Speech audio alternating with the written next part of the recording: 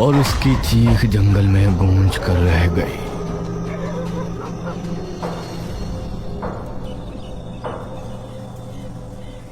सुबह होने पर विपुल की लाश जंगल में पाई गई। उसकी पत्नी उसकी लाश के पास बैठी रो रही थी। कुछ गांव वालों के साथ मुखिया और महेश भी वहां मौजूद थे। ये विपुल इतनी रात में भला यहाँ क्या करने आया था? इन्हें डाक बाबू कोई चिट्ठी देकर गए थे और ये कह रहे थे कि चिट्ठी लिखने वाले ने यही इन्हें जंगल में बुलाया है।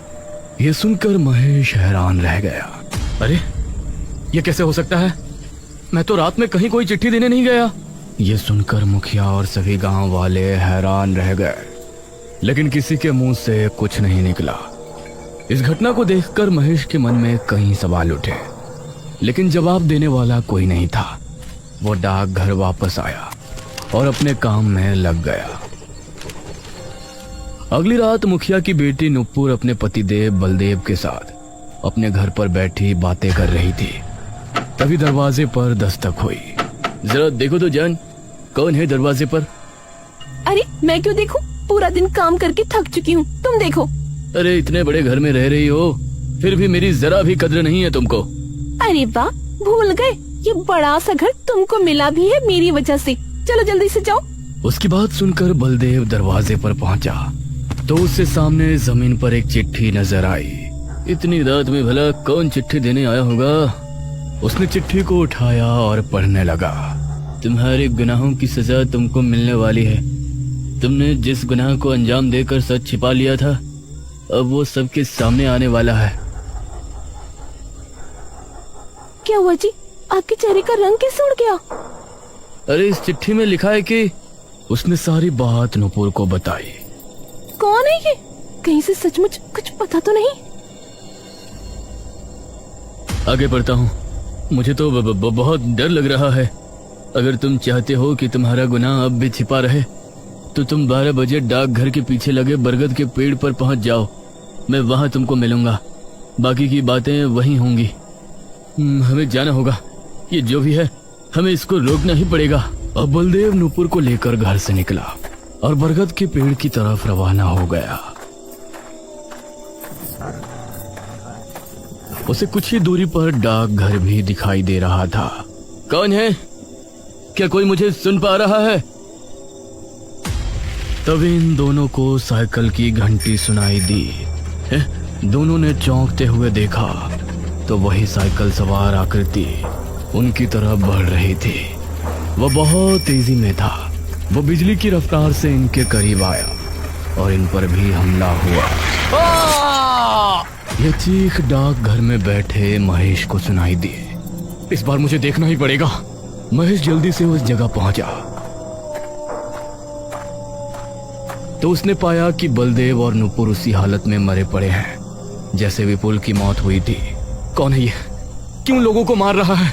कोई जानवर है या राक्षस? तभी उसने सामने से एक साइकिल को आते हुए देखा। उसे आता देखकर महेश का गला सूख रहा था। जैसे जैसे उसका चेहरा साफ होता गया तो महेश के दिल की धड़कन मानो ट्रेन के इंजन की तरह दौड़ पड़ी।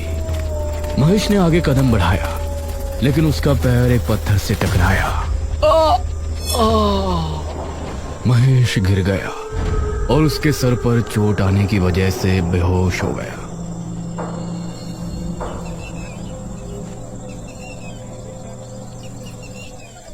सुबह जब उसकी आंख खुली तो गांव के कुछ लोग और मुखिया भी वहां मौजूद था। मुखिया अपनी बेटी और दामाद की लाश के पास बैठा रो रहा था। आज गांव के लोगों का डर अपनी सीमा के बाहर नजर आ रहा था। ये सब क्या हो रहा है मुखिया जी? अब और 2 मौतें हो गई। मुखिया बस रोए जा रहा था। महेश ने पास ही पड़ी चिट्ठी उठाई जो इन दोनों को मिली थी। उसे पढ़कर महेश का दिमाग घूम गया। कौन हो सकता है जो मेरी जगह लोगों को चिट्ठी देकर यहाँ बुलाता है और उन्हें मार देता है? डाक बाबू, यह डाक घर ठीक नहीं है। आप भी ना जाने कैसे यहाँ टिके हुए हैं, वरना यहाँ जो भी आता है एक दिन में ही डर कर भाग जाता है। सच कहूं तो मैं भी भागने वाला था, लेकिन मुझे नौकरी की सख्त जरूरत है। वरना रातों को साइकिल की आवाजें, कुत्तों की भौंकने की आवाज और सियारों की गुर्राने की गरज, इन सब से डर तो बहुत लगता है। क्या आपको भी वो आवाजें सुनाई देती हैं? हाँ, आप लोग मुझसे क्या छिपा रहे हैं? जब आप उन आवाजों के बारे में जानते हो तो कुछ और भी जानते ही होंगे। इस पर मुखिया ने जवाब दिया, हमारे गांव में गायत्री नाम की एक विधवा अपने बेटे आर्यन के साथ रहा करती थी। उस समय मैं मेरे घर का निर्माण करवा रहा था। वह वहां मेहनत मजदूरी करती थी, अपने बच्चे को पाला, उसे अच्छी तरह पढ़ाया लिखाया था। आर्यमान ने पढ़ लिख कर अपनी माँ का नाम रोशन किया और इस गांव का पहला डाक बाबू बना। लेकिन ना जाने एक दिन उसके साथ क्या हुआ, उसकी लाश जंगल में बुरी अवस्था में पाई गई, जैसे उसे किसी खूंखार जानवर ने नोच खाया हो। उसकी मौत देखकर उसकी माँ सुध-बुध खो बैठी थी। उसके बाद से जो भी डाक बाबू यहाँ आता है तो उसको साइकिल की घंटी सुनाई देती है और अजीब अजीब डरावने आवाजें आती, और कोई भी डाक बाबू यहाँ एक दिन से ज्यादा नहीं ठहर पाया। यह सुनकर महेश की उत्सुकता और बढ़ गई और उसने तय किया कि आज रात वो पता करके ही रहेगा कि सच्चाई क्या है इस रहस्य साइकिल की घंटी का और कुत्तों के भौंकने का।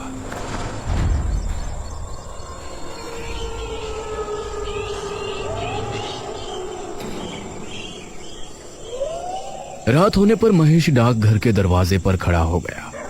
कभी कुत्तों के भौंकने की आवाज आती तो कभी सियारों के रोने की, लेकिन आज महेश हिम्मत करके अपनी जगह खड़ा हुआ था।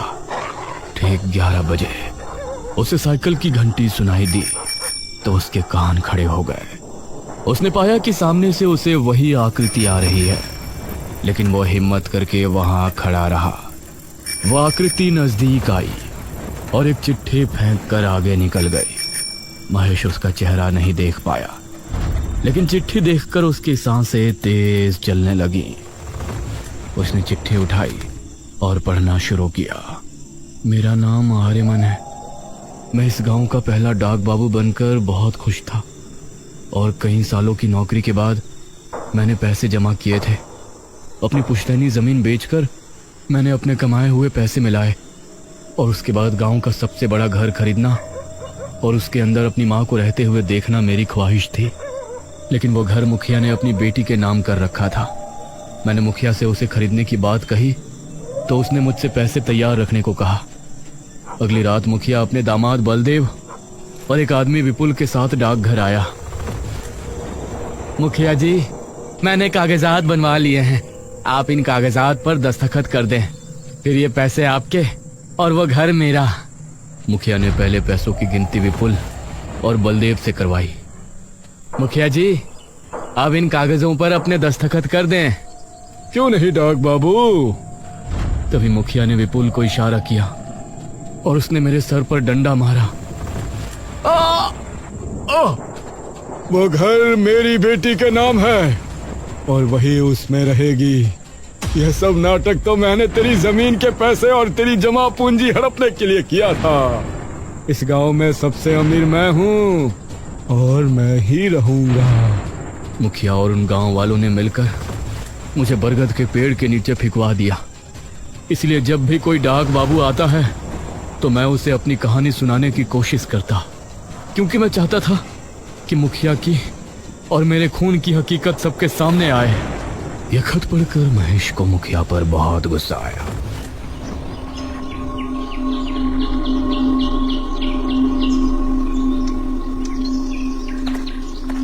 वो अगली सुबह मुखिया के घर पहुंचा।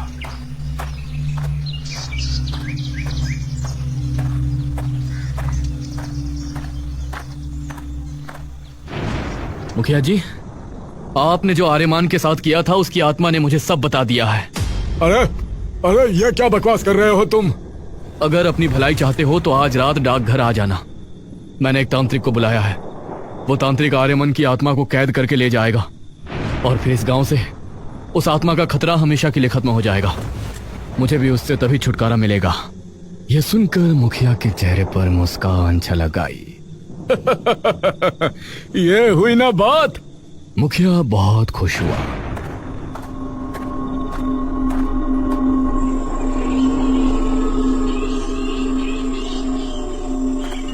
और रात होने पर वो डाकघर पहुंचा।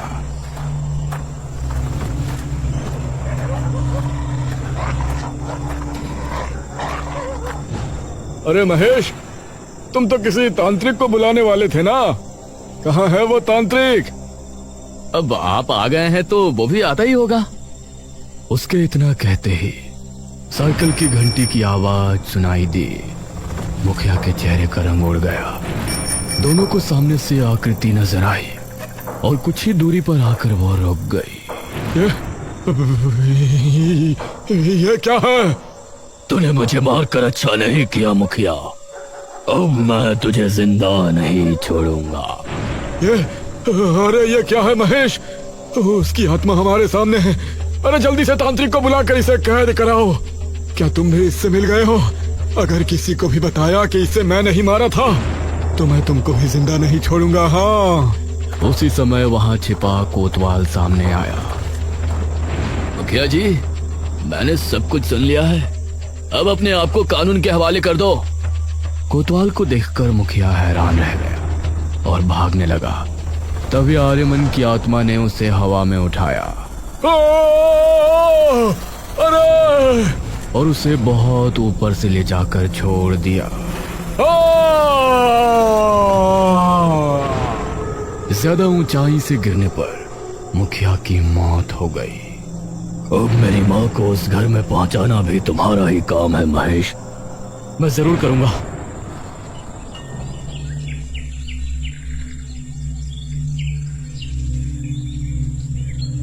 मुखिया की जुल्मी कहानी गांव के सामने आई। अब महेश के बयानों को लेने के बाद कोतवाल के जरिए आर्यमन की मां को उस बड़े से घर में रहने की इजाजत मिल गई। उसे अपने बेटे की मौत का गम था, लेकिन उसका सपना पूरा होने की खुशी भी थी। उसके बाद महेश अच्छे से अपने काम में लग गया। अब रात के समय जब भी उसको साइकिल की आवाज सुनाई देती तो वो डरता नहीं, बल्कि समझ जाता कि आर्यमन उसे अपने अंदाज में धन्यवाद कह रहा है, क्योंकि उसी की वजह से उसकी माँ आज बिल्कुल सही जगह अपने घर पर है।